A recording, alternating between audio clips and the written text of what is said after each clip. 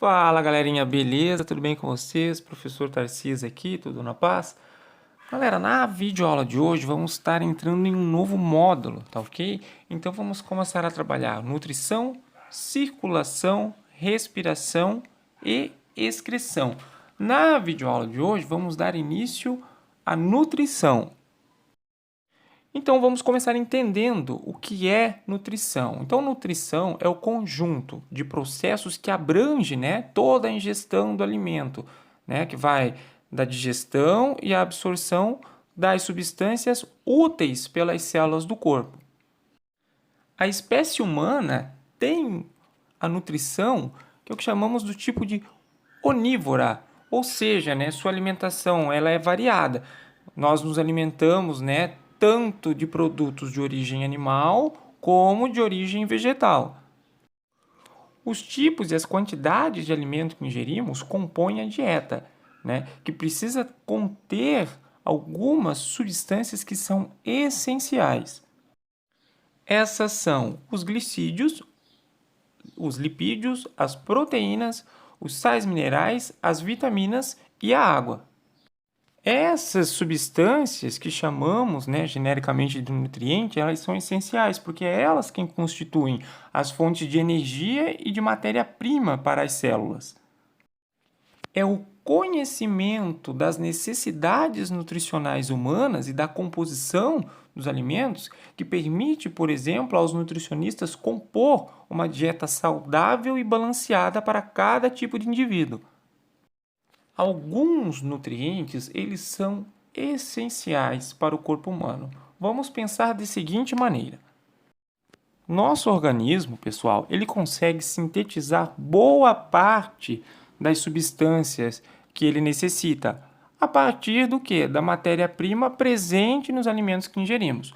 Entretanto, há substâncias orgânicas de que dependemos, que precisamos, mas não conseguimos produzir, como, por exemplo, alguns tipos de aminoácidos e as vitaminas, a maior parte delas, que têm que ser obtidas a partir do quê? A partir da alimentação, da dieta.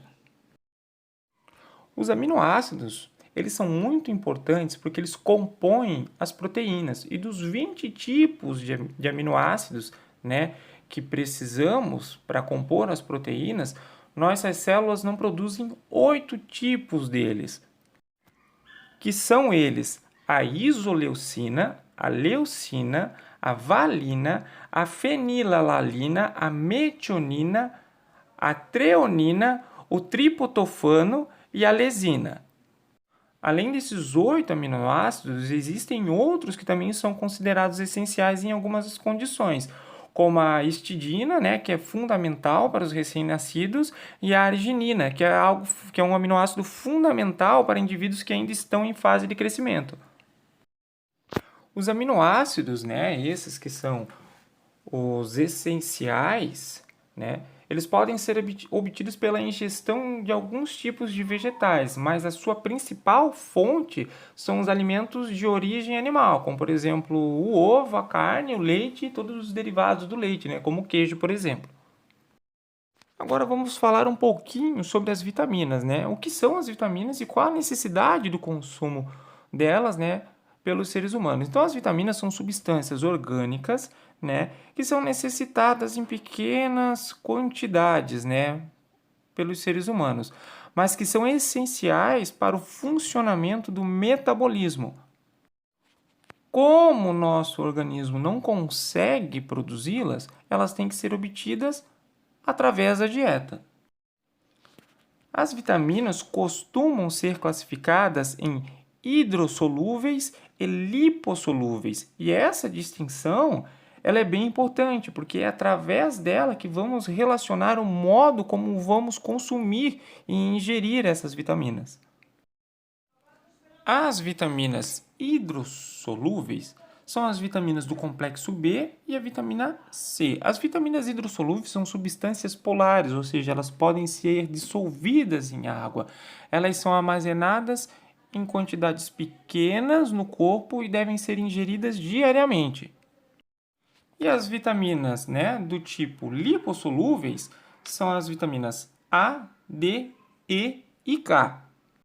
Essas são substâncias apolares e dissolvem-se em lipídios e em outros solventes orgânicos. Elas são armazenadas em maior quantidade lá no tecido adiposo e não precisam ser ingeridas diariamente. A maioria das vitaminas atua como fator auxiliar, né, de reações químicas dentro do organismo. Mais precisamente, elas atuam como catalisadores, né? Elas auxiliam nos processos e nas reações químicas, né, lá nas enzimas. Se faltar certa vitamina, a atividade de algumas enzimas pode vir até ficar prejudicada, com consequências que muitas vezes são muito negativas para a atividade celular, né? Doenças resultantes da falta de vitamina são chamadas de avitaminoses.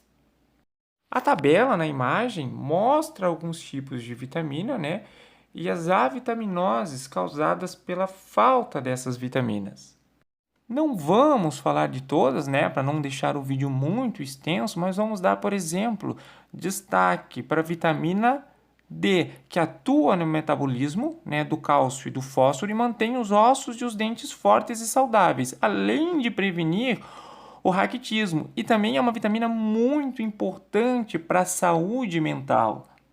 A avitaminose por falta de vitamina D pode trazer problemas nos dentes e nos ossos, deixando eles mais fracos, né? Contribui também para os sintomas, né, de artrite, né, artrose, entre outras doenças do gênero, e o raquitismo.